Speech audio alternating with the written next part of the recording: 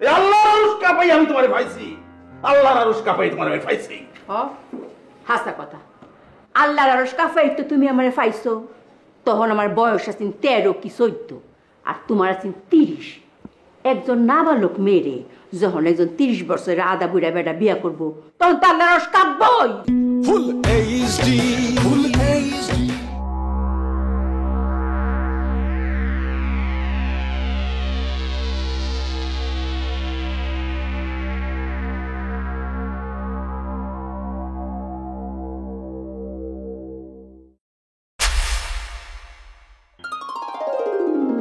তুমি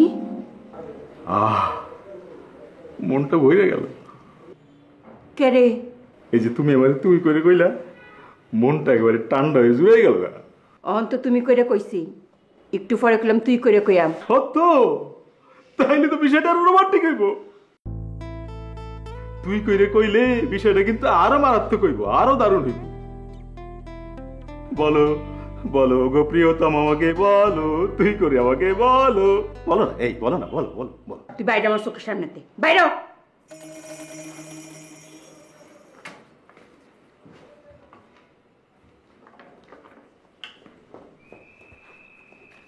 কি হইল? রাগ করছি, ভীষণ রাগ করছি। পাগলের বাচ্চা, পাগলে কয় কিতা?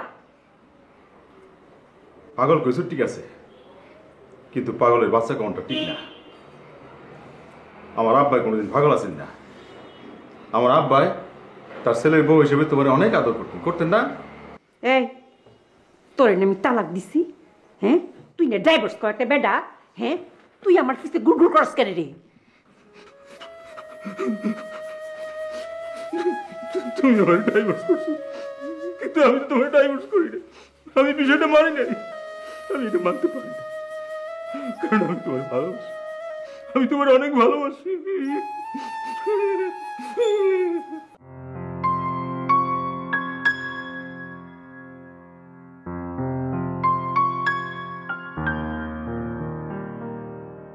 এই রশিদ, সেই রশিদ, যে রশিদ জৌনপুরের হুজুরের ওয়াজ মাহফিলে হাও মাও করে তোমার জন্য কাঁদতেছিল। হাজার হাজার মানুষ যখন পরকালে বেহেশতের জন্য চোখের জলে কান্দে ভাসাইতেছে, ঠিক সেই সময়, ঠিক সেই সময় আমি তোমার জন্য মাটি গড়াগড়ি করি, আর তোমার জন্য আমি কাঁদছি, তোমার জন্য মাতম করছি।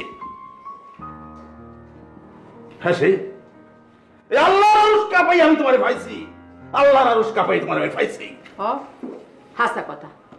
আল্লাহর আরশ কাঁপাই তো তুমি আমারে পাইছো, তখন আমার বয়স আছে 13 কি 14, আর তোমার আছে 30।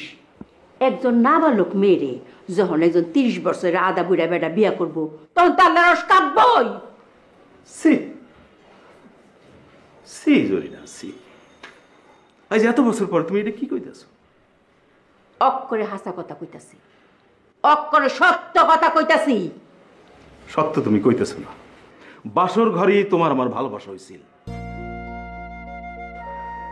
আর সেই ভালোবাসায় বয়স কোনো ফ্যাক্টর ছিল না, উথাল পাতাল ছিল সেই ভালোবাসা। এই উতাল পাতাল ভালোবাসাই ছিল ভুল ভালোবাসা। এই ভুল ভালোবাসার কারণে আমার পেটে সকিনার জন্ম। আর তখন তো আমার মাউনির বয়স হয়েছে না, তোর কারণে এই অঘটনটা ঘটছে। ওই আল্লাহ পাক জানেন, সকিনার জন্মের পর তোমার যে খুশি, তোমার যে ফুর্তি, তোমার যে আনন্দ, আজ তুমি এইগুলো কইতেছো।